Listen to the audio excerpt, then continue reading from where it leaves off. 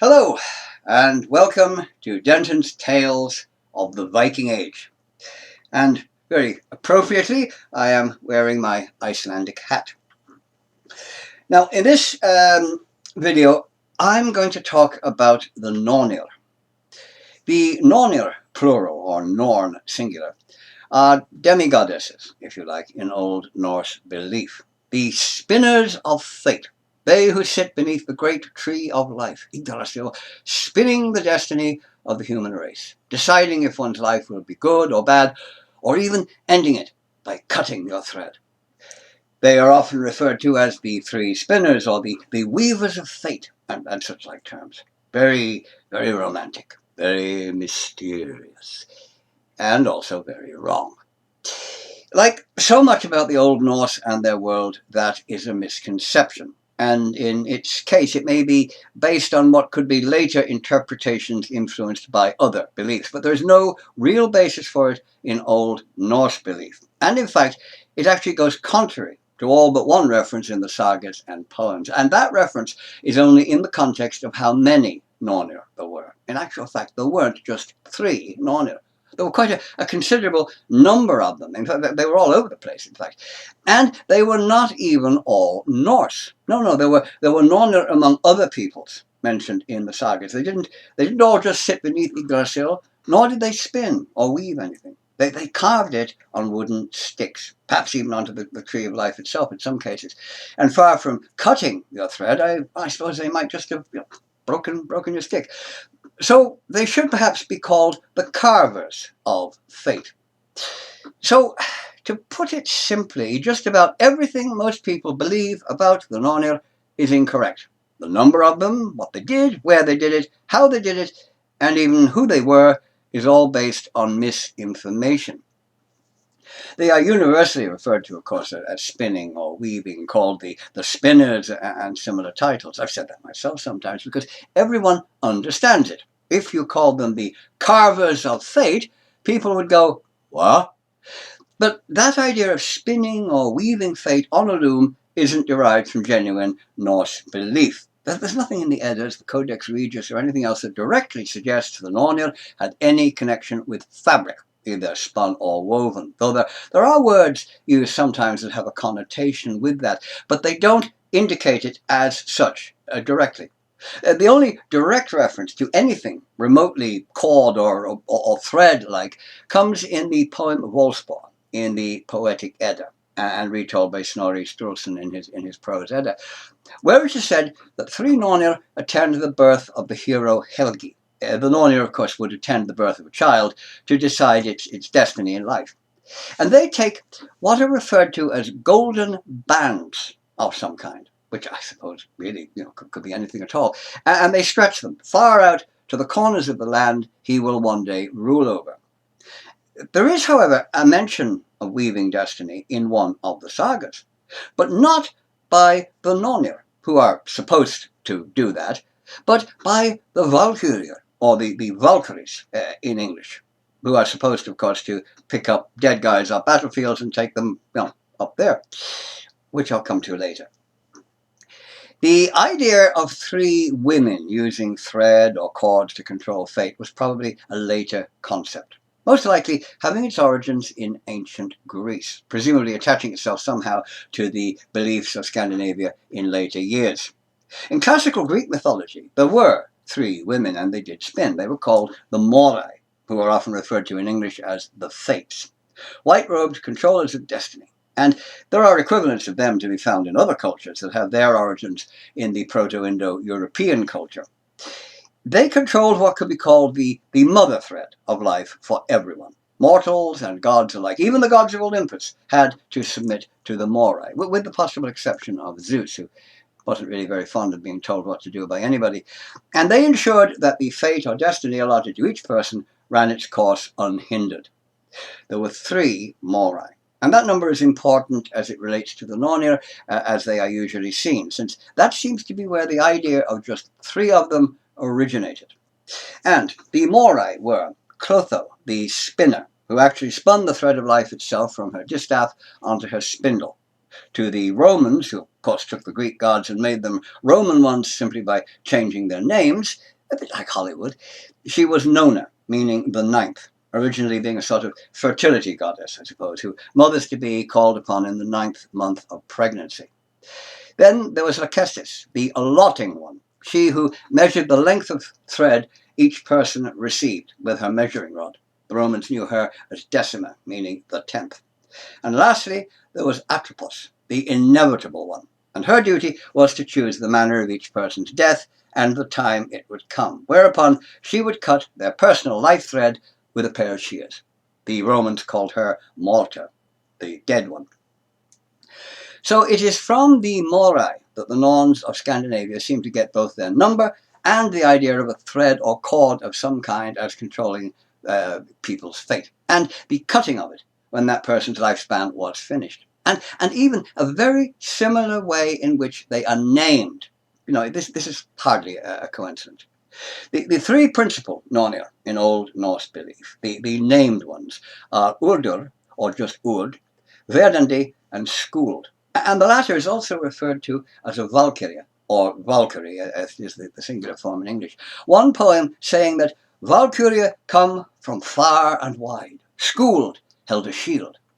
And in the prose Edda, Snorri tells us, these are called Valkyria. Them Odin sends to every battle. They determine men's fairness and award victory. Gudr and Rota, and the youngest Norn, she who is called Skuld, ride ever to take the slain and decide fights. These three named Nornir, they are the caretakers of the ash tree, Yggdrasil, the great tree of life, the tree that binds the 9 realms. And they draw water from the well of Urd and pour it over the tree's branches. That's their job description, I suppose you could say.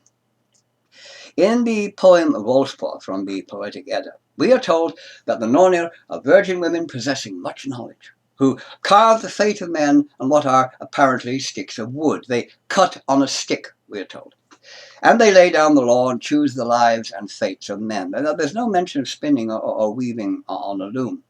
The weaving or spinning of destiny seems, as I said, to have been a later borrowed concept from the Morai of Greece, and probably so too is the number of Norns. 3 Morai, 3 Nornir.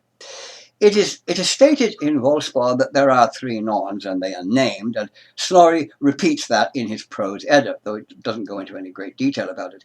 But that conflicts very considerably with other accounts, and that may be a later concept, as I've said. For example, in the poem Fafnismál, in the Poetic Edda, it mentions that the Nornir are not all of one family. They are not a self-contained group unto themselves. Rather, they are specifically mentioned as being born among the family of the gods, the family of the elves, and the family of the dwarves. The exact number of them being unknown, but obviously it's rather more than just 3. The Poetic Edda also gives a clear indication that Nornir were found among other peoples. They were not confined just to the Old Norse. They were not their personal deciders of fate and destiny. And they acted as guardians of the fate of those other people, just as they did in Scandinavia. In one poem, Gudrun tells her brothers Gunnar and Hogni, when they're having a bit of a dispute with the Huns, that she wishes they could have made the Nornir of the Huns, as she puts it, weep. Note, now, not just the Nornir, but specifically the Nornir of the Huns, which shows that Nornir were not confined just to the people of Norway, Denmark, and Sweden. Other people had their own. So there were a lot of unnamed, anonymous Nornir, both in Scandinavia and elsewhere. But the concept of the 3 named women tending the tree of life, Yggdrasil, well, that was obviously more interesting. And it became the popular, accepted version. Those 3 seen not just as the trio that minded the tree and the well, but as the sum total of all Nornir that existed.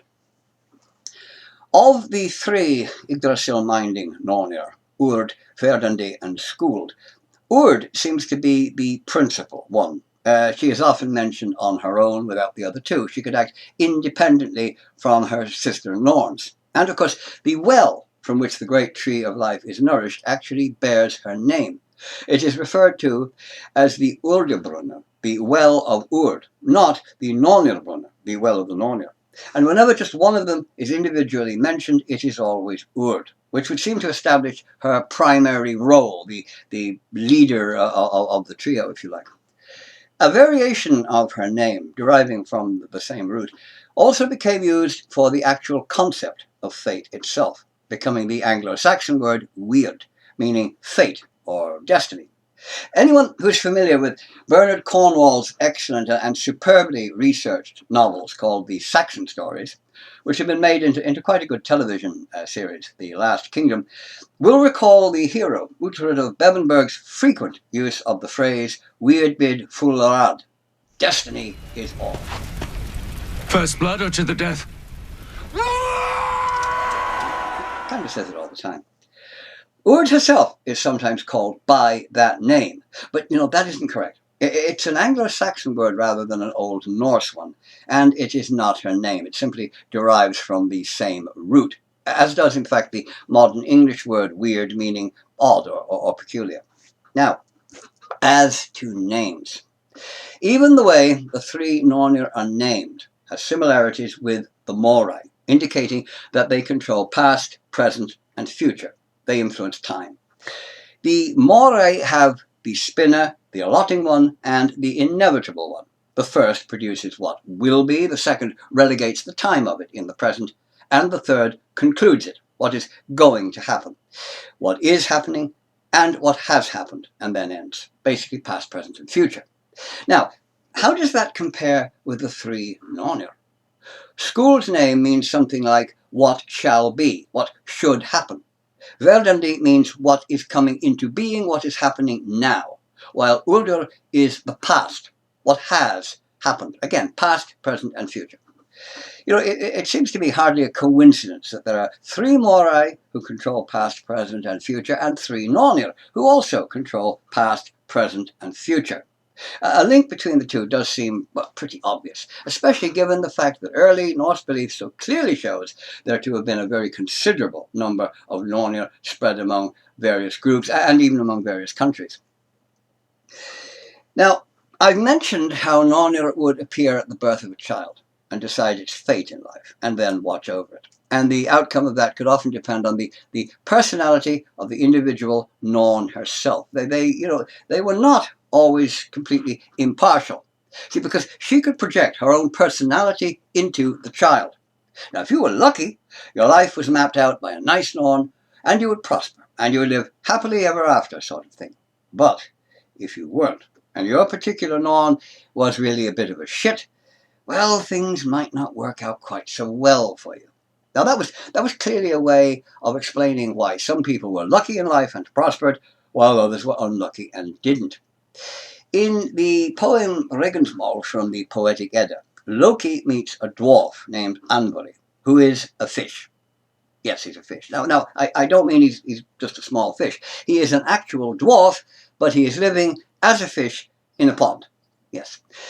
And he explains this curious lifestyle to Loki by saying that a miserable Norn, as he puts it, shaped him when he was young, and that is why he had to live in the water.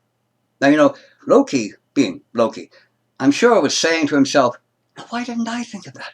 That's a good trick. Snorri tells us the same concept in the prose Edda, saying that happy people have a happy Norn watching on them, while miserable people were watched over by, well, obviously, a miserable Norn. So, if you had prospered from birth, you were happy and wealthy, and everything in the garden was lovely, the roses were coming up for you, you had been shaped by a good Norn, and she guided your destiny in the best possible way. But if nothing had ever gone right for you, your wife ran off with Olaf from the next village, your crops failed, the cat died, and you were damn miserable, well, tough shit. You were the product of a really miserable, gloomy bitch who'd made you just as miserable as she was herself, and your life was pretty much screwed. One thing is clear about the Nornir, is that they allotted someone a precise time period, and you could not go beyond that point. It was decided, and it could not be altered. Excuse me, the phrase cast in stone, I suppose, comes to mind. When it's your time to go, and that concept is repeated throughout Norse literature, when it's your time to go, you go, and that is it. In one of the poems, a character says that one cannot live even one evening following the decree of the Nornir. The day of your death is set, and on that day you die, regardless of any other consideration. Your death day, you die. Go into battle, ride out a storm at sea, walk off a cliff, or lie in bed doing absolutely nothing. It doesn't matter. If that is the day you die, then you die. No matter what you do or don't do, you are going belly up. And you will be on your way to the goddess Hel in Niflheim, if you died in a normal, non-combat manner, or you will be carried aloft by the Valkyrie to feast with Odin in Valhall or Freya in Sefronir if you expired heroically in battle with a weapon in your hand. If it's not your time, you can walk through a battle without even a shield and arrows whizzing past all around you. You'll survive. But if it's your time to pop off, well, you can hide in the cellar. Maybe a house will just collapse on top of you. Or you walk outside the door and you get hit by a runaway horse. You are not going to be around on the following day. Now, you may get to 1 minute to midnight on the allotted day and you'll be feeling quite happy, oh, I'm going to make it. But no, you will snuff it at some time during the next 60 seconds. I think it's quite possible that belief was part of the fierce fighting spirit of the Norse when they went Viking or VIKING, as it was in Old Norse, when they went out on raids abroad or fought other Norsemen at home. Think about it. If today is not the day you die, then you are invincible in battle. Nothing can harm you. You could charge into combat without a shield or armor or a helmet. Go in without fear. You will prevail. You will cover yourself with honor and glory by your courage.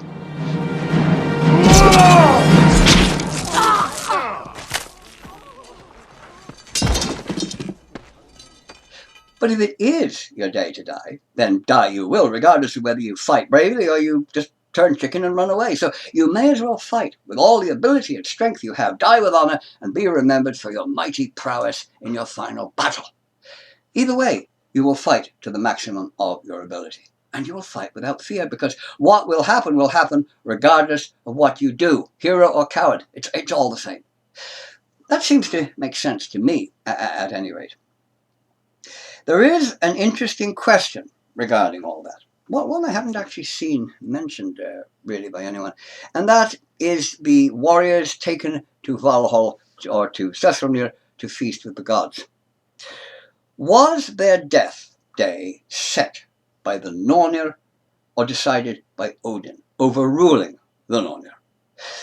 You see, the death of a great warrior was often chosen by Odin himself at the time it occurred, since he wanted the finest warriors he could get for his army of the dead to fight at the great final battle, Ragnarok. If he saw a superb warrior going to fight a mediocre one and obviously kill him, thus sending an inferior man up to Valhall when Odin wanted the other one, he would send the Valkyrie to make sure the right man won, the one he wanted to win. In other words, he cheated. But had the Nornir decided that would happen, they already knew that fight would occur and Odin was destined to make that choice, or was it in fact an on-the-spot choice by Odin himself, altering the fate of two men to suit himself and thus overruling the Nornir? You know, I mean, it could be argued either way. And in Greece, it seems that Zeus was not compelled to follow the decree of the Moirai. He could do his own thing, if you like, though the other gods were bound to obey them. So, could Odin do the same as Zeus? Was it the fate of those two men that the great warrior would kill the lesser one, as would be inevitable without outside interference, and Odin stepped in and altered their fate? Or was his interference itself part of preordained fate for all three of them? Well, that could get a bit of a debate going, I suppose. One can also ask if people prayed to the Nornir. Maybe ask them to bend the rules a bit, extend one's life. Give me another year, even a month, a day, an hour. I'll sacrifice a goat, anything, just another hour. Yeah, maybe some did, though I would doubt it, given the belief that the date was set and the clock was ticking. Oh, well, rather, in those times, the marked candle was burning down, or the hourglass had been turned over. And that idea of the inevitability of fate and the acceptance of it was very strong through all of the Old Norse stories. There would really have been no point, I suppose, praying to them. They were not deities that really could be appealed to, nor presumably would they, or even could they, change their own rules just because somebody asked them very nicely and maybe sacrificed a goat. Now, to finish, I must mention the saga account of weaving of fate or destiny on a loom, since that is what the Nornir was supposed to do, but didn't actually do it. However, on one occasion, the Valkyria did. This comes from Njord's saga, and it involves a man who observes 12 women enter a stone hut in Heathens in Scotland in the year 1014 AD, and it revolves around an event in Ireland. Now, the date of that particular event the saga is talking about in this case could be important. Clearly, the saga dates from well into the 11th century, which is quite late in the so-called Viking Age, and that may have a bearing on the tale. Iceland had been converted to Christianity almost 15 years previously, and in Ireland many Norse people were Christian by then. In fact, most of them probably were. The old ways were declining, gradually being pushed aside by Christianity across the lands the Norse had settled in, as well as in Scandinavia itself. The Norse king of Dyflin, or Dublin as it is now, Sigurd Olafsson, for example, he was a Christian himself at that time. So influences outside of traditional Norse beliefs could well be starting to seep into the sagas by that time. Anyway, to get back to the man in Cave Ness and the women in the hut. He sneaks over and he looks through a crack, curious as to what these women are doing in the hut. And I'm sure he wished he hadn't. The women are Valkyria, and they have set up a loom. Though where they got it, I don't really know. Was it in the hut to begin with? Did they bring it? It doesn't really matter. But it is a very special loom. Now, this isn't your normal use it in your little cottage living room sort of loom. Oh, no. This is presumably a special Valkyria issue loom made from the body parts of dead men. Yes, leftover bits of dead men. Possibly from a previous battle they attended and acquired a few souvenirs. And on it they are weaving the fate of warriors who are taking part in the famous Battle of Clontarf, being fought just outside Dyflin on Good Friday in the year 1014 AD.